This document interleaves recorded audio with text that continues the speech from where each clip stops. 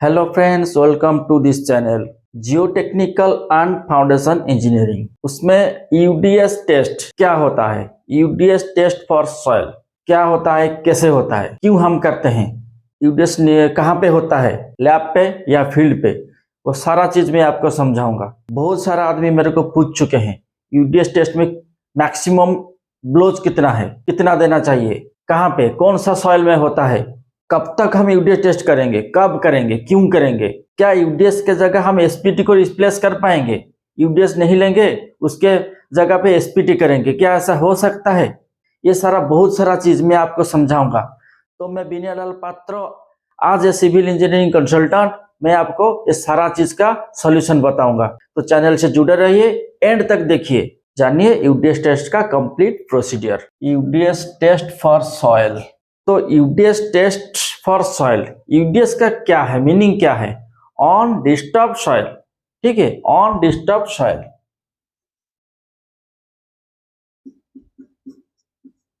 On disturb क्यों उसको नाम दिया गया है, ऑन डिस्टर्ब। जब हम सैंपल कलेक्ट करेंगे, जैसे किसी के वजह से भी सॉइल में कुछ भी डिस्टर्बेंस नहीं आना चाहिए, सॉइल में कुछ भी डिस्टर्बेंस नहीं आना चाहिए, उसी तरह हम उसको कलेक्ट करेंगे। ऑन डिस्टर्ब, डिस्टर्ब नहीं होना चाहिए।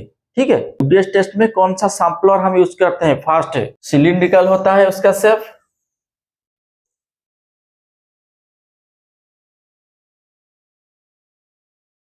100 mm डायमीटर है and 450 mm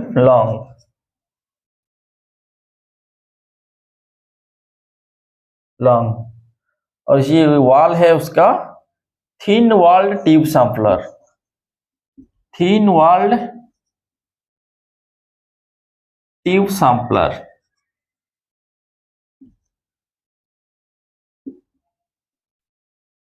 thin walled tube sampler. ठीक है, सपोज ये बॉटम है, इसको हम कैसे कनेक्ट करेंगे, हैमरिंग करेंगे, अपने ड्रिल नट के साथ कैसे कनेक्ट करेंगे। उसमें एक हेड होता है, हेड होता है, ये ड्रिल नट के साथ कनेक्ट करता है। ठीक है, ड्रिल नट के साथ कनेक्ट करता है और हैमरिंग किया जाता है। कौन सा सॉइल में हैमरिंग किया जाता है, कोहेसिव सॉइल में। कोहेसिव सॉइल में हम यूडीएस कलेक्शन करते हैं। जब हैमरिंग करते हैं कोहेसिव सॉइल में, हम यूडीएस कलेक्शन करते हैं। क्या हम कोहेजन लेस में यूडीएस कलेक्शन कर पाएंगे, वो जानने के लिए पहले हमको जानना जरूरी है यूडीएस टेस्ट हम क्यों करते हैं। ठीक है, यूडीएस टेस्ट में हमको क्या क्या मिलता है। यूडीएस टेस्ट में हमको बियरिंग कैपेसिटी कैलकुलेशन में जो मेन टू टेस्ट पैरामीटर है, वो चीज हमको मालूम पड़ता है। क्या है, शियर स्ट्रेंथ पैरामीटर। ठीक है, shear strength parameter, shear strength parameter हमको मिल जाता है यूडीएस सैंपलर से। ठीक है, यूडीएस ट्यूब से जो हम सैंपल कलेक्शन करके लाएंगे लैब को, उसमें उसको हम ट्रैक्शियल टेस्ट करेंगे। ट्रैक्शियल टेस्ट करने के बाद हमको शियर स्ट्रेंथ पैरामीटर मिल जाता है, C, cohesion, cohesion, phi, angle of internal friction. ठीक है, सी कोहेजन मिल जाता है, phi angle of internal friction मिल जाता है। कौन सा टेस्ट में ये दोनों चीज मिलता है, ट्रैक्शियल शियर टेस्ट से, ट्रैक्शियल शियर टेस्ट। ठीक है, ट्रैक्शियल शियर टेस्ट से हमको ये दो चीज मिल जाता है, जो कि बियरिंग कैपेसिटी कैलकुलेशन में यूज होता है। तो हमको यूडीएस टेस्ट कोहेसिव सॉइल पे करना जरूरी है, क्यों, हमको कोहेजन का पता चलेगा। ठीक है, और कोहेजन लेस सॉइल में कोहेजन 0 होता है, तो उसमें यूडीएस टेस्ट का जरूरत नहीं होता है। ओनली कोहेसिव सॉइल पे हमको यूडीएस टेस्ट करना चाहिए। ठीक है, कोहेजन लेस सॉइल पे कोहेजन 0 होता है, तो यूडीएस टेस्ट का कोई जरूरत नहीं होता है।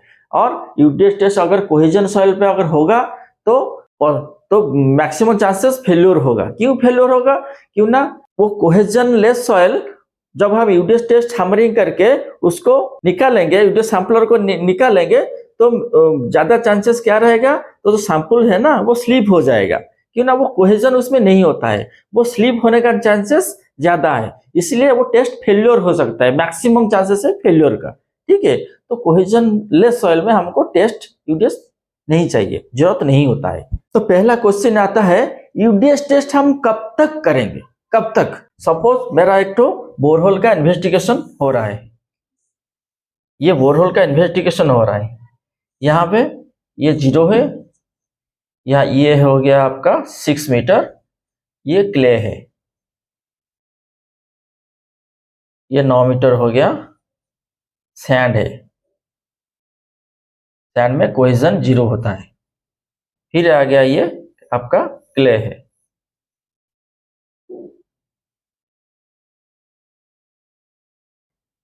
ये हो गया आपका सैंड।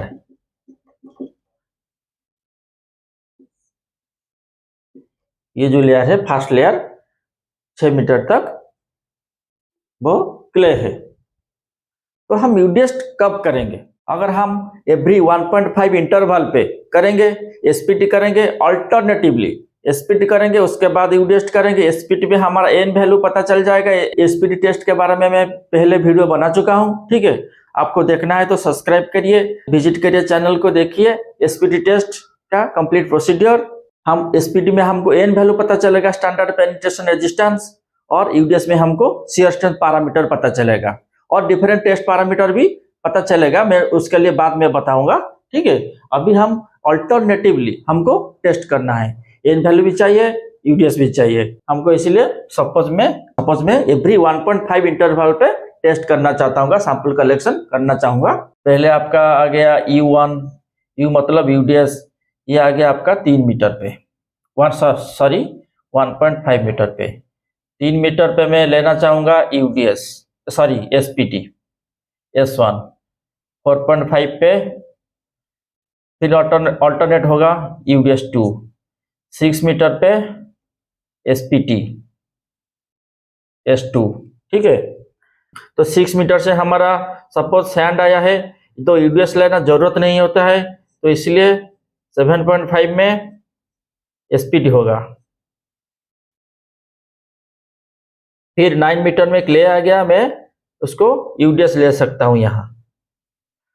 तो इसी तरह हम ले सकते हैं। हमको ध्यान रखना चाहिए कि जहीं पे हमारा बोरहोल इन्वेस्टिगेशन जब हम करेंगे, तो जहीं पे भी कोहेसिव लेयर है, क्ले, सैंडी क्ले, सिल्ट, जहीं पे भी कोहेसिव लेयर है, उसमें हमको यूडीएस कलेक्शन करना है। यूडीएस कलेक्शन करने में सपोज ये जो क्ले लेयर है उसका फास्ट जो है थिकनेस है 6 मीटर, ठीक है, वो 6 मीटर पे हमारा कोहेजन कितना है अल्टरनेटिवली पता चल जाएगा, एन वैल्यू भी पता चल जाएगा वो लेयर पे, और सी एंड 5 वैल्यू भी पता चल जाएगा। ठीक है, तो 9 मीटर के बाद फिर से अगर क्ले लेयर आ गया, तो ये लेयर पे भी हमारा सी एंड 5 वैल्यू भी पता चल जाएगा अगर हम यूडीएस टेस्ट लेंगे तो इसी तरह हम जितना जितना डेप्थ जाएंगे, अगर कोहेसिव लेयर जब भी आ जाएगा तो हमको यूडीएस टेस्ट लेना चाहिए, जरूरत होता है। ठीक है, और एक तो क्वेश्चन आता है, क्या हम लोअर डाया का यूडीएस ट्यूब यूज कर सकेंगे कि नहीं? यहीं पे मैं यूज किया हूं 100 mm डाया, उससे कम डायमीटर यूडीएस ट्यूब में ले पाऊंगा कि नहीं? ठीक है, नहीं लेना चाहिए। क्यों ना? जब हम यूडीएस टेस्ट का सैंपल कलेक्शन करेंगे, क्यों करेंगे? हमको शियर स्ट्रेंथ पैरामीटर चाहिए। ठीक है, शियर स्ट्रेंथ पैरामीटर चाहिए। शियर स्ट्रेंथ पैरामीटर हम कैसे निकलेगा? ट्रैक्सियल शियर टेस्ट से निकलेगा। तो ट्रैक्सियल शियर टेस्ट के लिए हमको 38 डायमीटर का 3 स्पेसिमेन चाहिए। अगर 38 डायमीटर का 3 स्पेसिमेन चाहिए तो हमको 100 mm डायमीटर का सैंपल ही कलेक्शन करना पड़ेगा। ठीक है, उससे अगर कम डाया यूज करेंगे तो हम 3 स्पेसिमेन ट्रैक्सियल टेस्ट के लिए जो 3 स्पेसिमेन 38 डायमीटर का रिक्वायरमेंट होता है, हम उसको नहीं कर पाएंगे, रिकवर कर नहीं पाएंगे। तो हमको 38 डायमीटर का 3 सैंपल एक्सट्रैक्ट करना है यूडीएस ट्यूब से। ठीक है, अगर कम डाया में यूज करेंगे तो नहीं हो पाएगा। ठीक है, इसलिए हमको 100 mm का डायमीटर यूडीएस ट्यूब यूज करना है हमेशा। ठीक है, और एक सवाल आता है, यूडीएस टेस्ट में मैक्सिमम ब्लोज कितना है? जैसे एसपीटी टेस्ट में मैक्सिमम ब्लोज 50 है, 100 है, फास्ट 15 सेंटीमीटर, सिटिंग ड्राइव है, ऐसा है। तो यूडीएस टेस्ट में ऐसा ही ब्लोज हम देते हैं, हैमर से ब्लोज देते हैं, उसमें मैक्सिमम ब्लोज हो सकता है क्या? नहीं हो सकता है। उसमें उस यूडीएस टेस्ट में कुछ भी मैक्सिमम ब्लोज नहीं होता है। तो हम इतना कितना ब्लोज देंगे? जब तक यूडीएस ट्यूब पेनिट्रेशन होगा। अगर यूडीएस ट्यूब पेनिट्रेशन होगा तो हम ब्लोज देते रहेंगे। अगर यूडीएस ट्यूब पेनिट्रेशन नहीं हो रहा है, थोड़ा हार्ड लेयर है, यूडीएस पेनिट्रेशन नहीं हो रहा है, तो हमको पता चल जाएगा कैसे? जो हम हैमर जो हम यूज करेंगे, ब्लोज देंगे, वो रिबाउंड होगा। अगर रिबाउंड होगा तो इसका क्या मतलब है? यूडीएस पेनिट्रेशन नहीं हो रहा है, तो पेनिट्रेशन नहीं हो रहा है तो हम उसको स्टॉप कर सकते हैं। अगर पेनिट्रेशन ट्यूब हो रहा है तो हम इसे ब्लोज देना पड़ेगा और भी ऐड करना पड़ेगा ब्लोज, ठीक है। अगर पेनिट्रेशन नहीं हो रहा है तो हैमर रिबाउंड होगा, तो हैमर रिबाउंड होगा मतलब उधर ही हमको स्टॉप करना है। तो यूडीएस टेस्ट फील्ड में होता है कि लैब में होता है? यूडीएस टेस्ट तो फील्ड में होता है। फील्ड में हम यूडीएस कलेक्शन करते हैं, सैंपल उगा के लैब में टेस्ट करते हैं। शियर स्ट्रेंथ पैरामीटर और भी डिफरेंट टेस्ट पैरामीटर हम करते हैं। क्या क्या करते हैं? हमको बियरिंग कैपेसिटी कैलकुलेशन के लिए जो जो मेन टेस्ट पैरामीटर चाहिए मैं आपको बता रहा हूँ। एक है शियर स्ट्रेंथ पैरामीटर, डेंसिटी, ठीक है, लिक्विड लिमिट, प्लास्टिक लिमिट, ये दोनों है अटरबर्ग लिमिट, ठीक है। Specific gravity,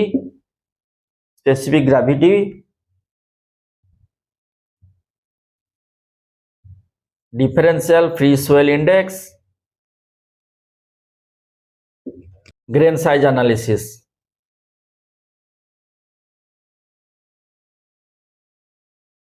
grain size analysis जो कि सॉइल क्लासिफिकेशन के लिए जरूरत होता है, ग्रेन साइज एनालिसिस। एक चीज ध्यान रखना चाहिए, एसपीटी टेस्ट में जो सैंपल रिकवर होता है वो liquid limit and plastic limit के लिए सफिशिएंट नहीं होता है, ठीक है। तो हमको यूडीएस ट्यूब अगर सैंपल यूडीएस ट्यूब कलेक्शन करेंगे तो सफिशिएंट सैंपल हमको मिलता है सारा टेस्ट करने के लिए हमको सफिशिएंट सैंपल मिल जाता है। अगर एसपीटी में अगर सैंपल रिकवर करेंगे तो इतना हमको शॉर्टेज होता है सैंपल का, वो सारा टेस्ट करने के लिए। मेरा पास और एक सवाल आता है, क्या यूडीएस टेस्ट को हम रिप्लेस कर पाएंगे एसपीटी में? सपोज यहाँ पे क्लियर है, मैं एग्जांपल दे रहा हूँ, क्लियर है, यहाँ पे मैं यूडीएस लेना नहीं चाहता हूँ, एसपीटी लेना चाहता हूँ, होगा क्या? ऐसा नहीं होगा। SPT is different as UDS is different. उसका जो टेस्ट होता है वो लैब में हमको शियर स्ट्रेंथ पैरामीटर मिल जाता है, C and 5 वैल्यू। तो एसपीटी टेस्ट में C cohesion test shear strength parameter नहीं हो पाता है, ठीक है। तो हमको शियर स्ट्रेंथ पैरामीटर जानने के लिए हमको यूडीएस टेस्ट करना बहुत जरूरी है कोहेसिव सॉइल में, ठीक है। कोहेजन लेस सॉइल में हम एसपीटी कर सकते हैं, एन वैल्यू के लिए कर सकते हैं, ठीक है। लेकिन कोहेसिव लेयर पे हमको यूडीएस टेस्ट करना बहुत जरूरी है, क्यों ना हमको सी वैल्यू पता चल जाएगा, ठीक है, ओनली यूडीएस टेस्ट। हाँ, और एक चीज मैं भूल गया आपको बताना, एन वैल्यू कितना होने तक हम यूडीएस टेस्ट को नहीं करना चाहिए, फेल्योर होता है। उसके लिए कोई भी गाइडलाइन नहीं है, एन वैल्यू इतना होने के बाद हम यूडीएस नहीं लेंगे, उसके लिए कोई भी गाइडलाइन नहीं है, ठीक है। अगर एन वैल्यू, हाँ, एसपीटी सैंपलर का डायमीटर कम होता है, बहुत कम होता है आज कंपेयर टू यूडीएस, ठीक है। अगर एसपी कम डायमीटर में आपका एन वैल्यू 40-50 आ रहा है तो ऑब्वियसली यूडीएस ट्यूब फेल्योर होगा, क्यों ना 100 mm डायमीटर में बहुत एफर्ट देना पड़ेगा, नहीं जाएगा, रिबाउंड होगा, हैमर रिबाउंड होगा, एफर्ट देना पड़ेगा, और पुश भी हो गया तो उसको रिलीज करने में, ऊपर लिफ्ट करने भी बहुत एफर्ट चाहिए, ठीक है। तो पॉसिबल थोड़ा डिफिकल्ट होता है, मैनुअली होता है तो डिफिकल्ट होता है। तो अगर फेल्योर होगा तो हम कैसे जानेंगे फेल्योर होगा? तो ट्राई तो करना पड़ेगा। अगर एन वैल्यू 30 आ गया उसमें कोई गारंटी नहीं है कि यूडीएस ट्यूब नहीं जाएगा, जा भी सकता है, ठीक है। तो हमको ट्राई करना है। अगर कब तक ट्राई करना है? जब तक अगर हमारा आपका रिबाउंड हो जाए तो हमको और नहीं करना चाहिए, और पेनिट्रेशन नहीं हो रहा है तो हम क्यों करेंगे, ठीक है। तो इसे हमको ट्राई करना चाहिए। ऐसा कोई भी गाइडलाइन नहीं है कि एन वैल्यू इतना आने तक हम यूडीएस करेंगे या नहीं करेंगे। इसमें अगर यूडीएस जा रहा है, कोई सी लेयर है, अगर यूडीएस पेनिट्रेशन हो रहा है तो हमको करना पड़ेगा, ठीक है। रिसर्च कहता है कि लगभग अगर 30 to 40 एन वैल्यू आ जाता है, रिसर्च कहता है, प्रैक्टिकली यूज भी हुआ है, ठीक है। अगर 30 to 40 एन वैल्यू आ जाता है तो यूडीएस पेनिट्रेशन नहीं होता है, नहीं भी होगा, क्योंकि एसपीटी का डायमीटर आज कंपेयर टू वेरी लेस है, ठीक है।